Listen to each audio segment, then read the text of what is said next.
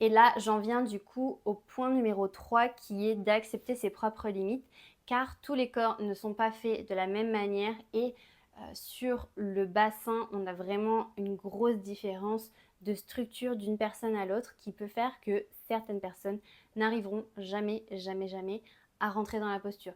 Donc je vous mets une photo de différents types de bassins et vous voyez, la tête du fémur ne coulissera pas de la même manière.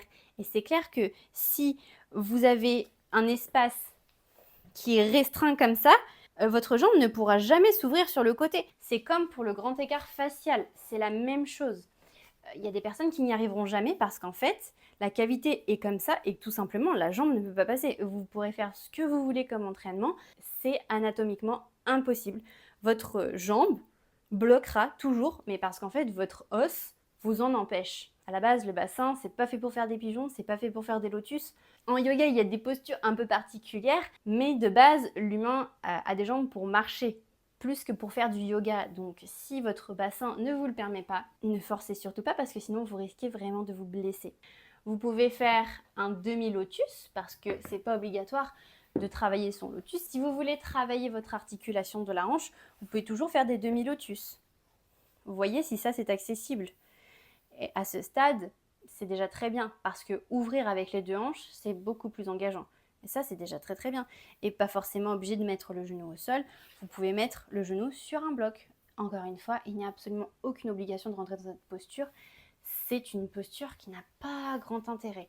Voilà, c'est à mon sens. Moi, j'aime bien cette posture parce que j'y arrive.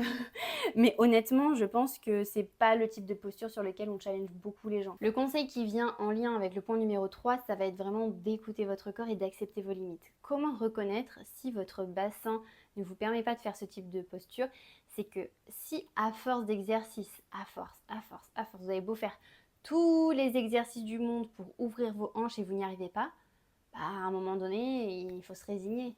C'est pas grave, c'est peut-être que votre bassin ne vous le permet pas. Voilà. Si à force d'entraînement, de multiplication de diverses techniques, vous voyez que votre bassin ne veut pas s'ouvrir plus, c'est peut-être qu'il a déjà atteint son maximum et dans ce cas, c'est très bien.